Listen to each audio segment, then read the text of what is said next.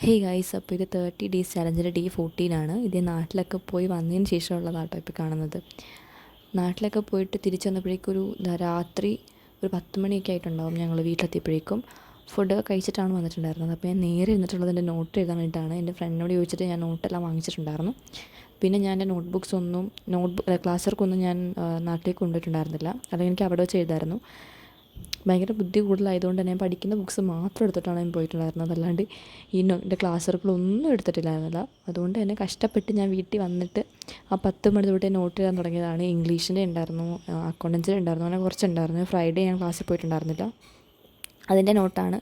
പിന്നെ ഉള്ള second ഫ്രൈഡേയിലത്തെ not മാത്രമായിട്ടാണ് എനിക്ക് എന്തായാലും എഴുതാൻ ഇത്രയും ദിവസം നാട്ടിലുണ്ടായിരുന്നത്. എഴുതി എനിക്ക് ഉറക്കം വരുന്നുണ്ടായിരുന്നു എൻ്റെ ഇടയിൽ. പിന്നെ നാളെ ടീച്ചർ ചോദിക്കുകയാണെങ്കിൽ നമ്മൾ കാണിച്ചു കൊടുക്കണമല്ലോ, ആ ഒരു ഇതിലിരുന്ന് എഴുതുകയാണ്. പിന്നെ ഞാൻ എൻ്റെ ഫ്രണ്ടിനെ വിളിച്ച നോട്ടിനെ ചോദിക്കാനായിട്ട് വിളിച്ച സമയത്താണ് അവൾ പറഞ്ഞിട്ടുണ്ടായിരുന്നത്, നമുക്ക് അക്കൗണ്ടൻസിയുടെ ടെസ്റ്റ് ഉണ്ട്, അക്കൗണ്ടിങ് ഇക്വേഷൻ്റെ ടെസ്റ്റ് ഉണ്ടെന്ന് പറഞ്ഞു. അപ്പോൾ അതിന് വേണ്ടി പഠിക്കുകയും കൂടെ വേണം.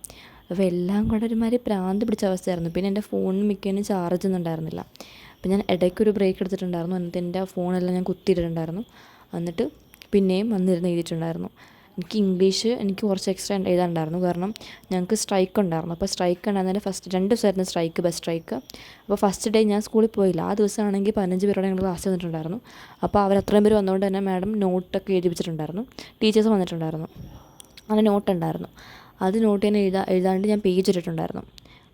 പിന്നെ സ്ട്രൈക്കിൻ്റെ സെക്കൻഡ് ഡേ ഞാൻ വന്നിട്ടുണ്ടായിരുന്നു. സെക്കൻഡ് ഡേ ഞാൻ ഉൾപ്പെടെ 3 പേരെ വന്നിട്ടുണ്ടായിരുന്നുള്ളൂ. അതുകൊണ്ട് തന്നെ നോട്ടൊന്നും എഴുതിപ്പിച്ചിട്ടുണ്ടായിരുന്നില്ല. അക്കൗണ്ടൻസിക്ക് മാത്രം 2 ക്വസ്റ്റ്യൻ ചെയ്യിപ്പിച്ചു, അല്ലാണ്ട് വേറെ ഒന്നും ഉണ്ടായിരുന്നില്ല. അതുകൊണ്ട് തന്നെ നോട്ട് പ്രത്യേകിച്ച് ഒന്നും ഉണ്ടായിരുന്നില്ല. പിന്നെ സ്ട്രൈക്കിൻ്റെ ഇംഗ്ലീഷ് ഒഴിച്ച് ബാക്കി എല്ലാത്തിൻ്റെയും ഞാൻ എഴുതിയിട്ടുണ്ടായിരുന്നു. അപ്പോൾ ഇംഗ്ലീഷിൻ്റെ പെൻഡിങ് ഇങ്ങനെ വന്നിട്ടുണ്ടായിരുന്നു, പ്ലസ് ഈ ഫ്രൈഡേത്തെ നോട്ട്. അങ്ങനെ എനിക്ക് ഇംഗ്ലീഷിനായിരുന്നു കുറച്ച് കൂടുതൽ എഴുതാനുണ്ടായിരുന്നത്. പിന്നെ ഇംഗ്ലീഷ് എഴുതി തീർത്തു. ഇപ്പം നിങ്ങൾ കണ്ടുകൊണ്ടിരിക്കുന്നത് എൻ്റെ അക്കൗണ്ടൻസിയുടെയാണ്. അക്കൗണ്ടൻസി ഞാൻ എഴുതുന്നതിനിടെ നോക്കുന്നുണ്ടായിരുന്നു, എനിക്കിതൊക്കെ ഇനി പഠിക്കണമല്ലോ, ഇനി എക്സാം വരുന്നുണ്ട്. അപ്പോൾ എനിക്ക് അക്കൗണ്ടൻസിയിലാകെ എനിക്കൊരു കുറച്ച് കോൺഫിഡൻസ് ഉള്ളത് എൻ്റെ തിയറി പോർഷൻ. എനിക്ക് ഒട്ടും കോൺഫിഡൻസ് ഇല്ല, കാരണം തിയറി എനിക്കൊന്നും അറിയാൻ പാടില്ല. തിയറി ഞാൻ തൊട്ട് നോക്കിയിട്ടില്ല. തിയറിക്കാണ് എനിക്ക് ഏറ്റവും പേടിയുള്ളതും കൂടെ. തിയറി എനിക്കിഷ്ടമല്ല. നിങ്ങൾ എൻ്റെ വീഡിയോ ഇപ്പോൾ എന്തായാലും കണ്ടുകൊണ്ടിരിക്കണം.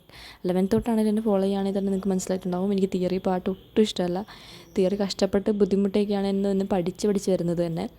പിന്നെ എനിക്ക് എഴുതാനുണ്ടായിരുന്നത് ബിസിനസ്സാണെന്ന് തോന്നുന്നു. ബിസിനസ് എഴുതാനുണ്ടായിരുന്നു.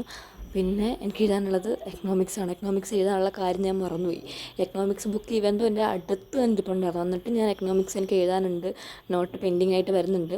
ആ കാര്യം ഓർക്കാണ്ട് ഞാനിങ്ങനെ കുത്തിയിരുന്ന് ഇങ്ങോട്ട് എഴുതിപ്പോയി. എൻ്റെ എക്കണോമിക്സിൻ്റെ കാര്യമേ ഞാൻ ഓർത്തതേ ഇല്ല.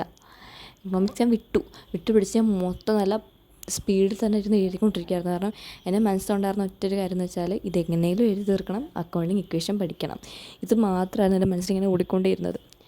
പിന്നെ ബിസിനസ്സിൻ്റെ നോട്ട് ഞാനത് എഴുതിയിട്ടുണ്ടായിരുന്നു. പിന്നെ ബിസിനസ്സിൻ്റെ കാര്യം പറയാനാണെങ്കിൽ ബിസിനസ് എനിക്ക് പഠിച്ചിട്ട് ഭ്രാന്ത് പിടിക്കുന്നുണ്ട്. കാരണം എനിക്ക് ഭയങ്കരമായിട്ട് ഉറക്കം വരുന്നുണ്ടായിരുന്നു ബിസിനസ് പഠിച്ചിട്ട്. ഫുള്ള് തിയറി അല്ലേ, നമുക്ക് വേറെ ഒന്നുമില്ല. ഫുള്ള് തിയറി കാര്യങ്ങൾ ഭയങ്കര സിമ്പിളായിട്ട് തോന്നിയാൽ നമുക്ക് കുറേ ഉണ്ടല്ലോ പഠിക്കാനായിട്ട്. അപ്പോൾ നമുക്കൊരു മടുപ്പ് വരുമല്ലോ. അതാണ് ബിസിനസ്സിൻ്റെ ഒരു പ്രശ്നം. അല്ലാണ്ട് ബിസിനസ് നമുക്ക് അത്യാവശ്യം ഓക്കെ ആയിട്ടൊരു സബ്ജക്റ്റായിട്ട് എനിക്ക് ഫീൽ ചെയ്യുന്നത്.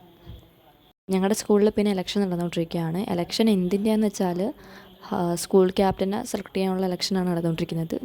ട്യൂസ്ഡേ ആണ് ഇലക്ഷൻ നടക്കാൻ പോകുന്നത്. അപ്പോൾ മൺഡേ കാൻഡിഡേറ്റ്സിൻ്റെ സ്പീച്ചും അങ്ങനെ കുറച്ച് കാര്യങ്ങളൊക്കെ ഉണ്ടാവും. എൻ്റെ ഫ്രണ്ടൊക്കെ ഇലക്ഷനുണ്ട്. അപ്പോൾ അവൾക്ക് വോട്ട് ചോദിക്കാനൊക്കെ ആയിട്ട് ഞങ്ങൾ ക്ലാസ്സിലൊക്കെ ഇങ്ങനെ പോകേണ്ട അതൊക്കെ ഉണ്ടാവും. അപ്പോൾ അങ്ങനെ കുറച്ച് നോട്ട് പെൻഡിങ് വരാനൊക്കെ ചാൻസ് ഉണ്ട്. അതിൻ്റെ തിരക്കും കാര്യങ്ങളൊക്കെ ഉണ്ട്. ഞങ്ങളുടെ പ്രിൻസിപ്പൾ സ്ഥലം മാറി പോവാണ്. അപ്പോൾ അതിൻ്റെ ഫംഗ്ഷനും കാര്യങ്ങളൊക്കെ ഉണ്ട്. അതായത് അത് പോവുകയാണല്ലോ, അപ്പോൾ നമ്മൾ അതിനനുസരിച്ചുള്ള കുറച്ച് കാര്യങ്ങളൊക്കെ ചെയ്യാനുണ്ട്. അപ്പോൾ ഞാൻ ചേർന്നിരിക്കുന്ന ഡാൻസിനാണ്. അപ്പോൾ അതിൻ്റെ പ്രാക്ടീസൊക്കെ കാരണം നോട്ടും കാര്യങ്ങളൊക്കെ ഇനി പെൻഡിങ് ഒക്കെ വരാൻ ചാൻസ് ഉണ്ട് കൂടുതലായിട്ട്. പിന്നെ എക്സാം വരുന്നുണ്ട്. അപ്പോൾ എല്ലാം കൂടെ കുറച്ച് ഹെക്ടിക് ആവാൻ പോകുന്നൊരു മന്താണിത്. എൻ്റെ ഈ ചലഞ്ചുണ്ട്, പ്ലസ് എക്സാം ഉണ്ട്, ഇപ്പോൾ ഈ പ്രോഗ്രാം ഉണ്ട്.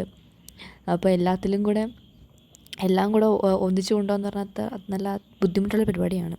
അപ്പോൾ ഇവിടെ ഞാൻ എന്തായാലും ചെയ്തുകൊണ്ടിരിക്കുന്നത് ഞാൻ പറഞ്ഞിട്ടുണ്ടായിരുന്നല്ലോ, അക്കൗണ്ടൻസിയുടെ ടെസ്റ്റ് പറഞ്ഞിട്ടുണ്ടായിരുന്നു. അപ്പോൾ അതിന് വേണ്ടി പഠിച്ചുകൊണ്ടിരിക്കുകയാണ്. എനിക്ക് ഈ അക്കൗണ്ടിങ് ഇക്വേഷൻ അത്യാവശ്യം കുഴപ്പമില്ലാത്തതുകൊണ്ട് തന്നെ എനിക്ക് വലിയ ടൈം എടുക്കുന്നുണ്ടായിരുന്നില്ല ചെയ്യാനൊക്കെ. ഞങ്ങൾക്ക് ബാലൻസ് ഷീറ്റ് പ്രിപ്പയർ ചെയ്യാനുള്ളത് എത്തിയിട്ടില്ല. അത് ബാലൻസ് ഷീറ്റിൻ്റെ അവിടം വരെ മാഡം പറഞ്ഞിട്ടില്ല അത് പ്രിപ്പയർ ചെയ്യണമെന്നൊക്കെ.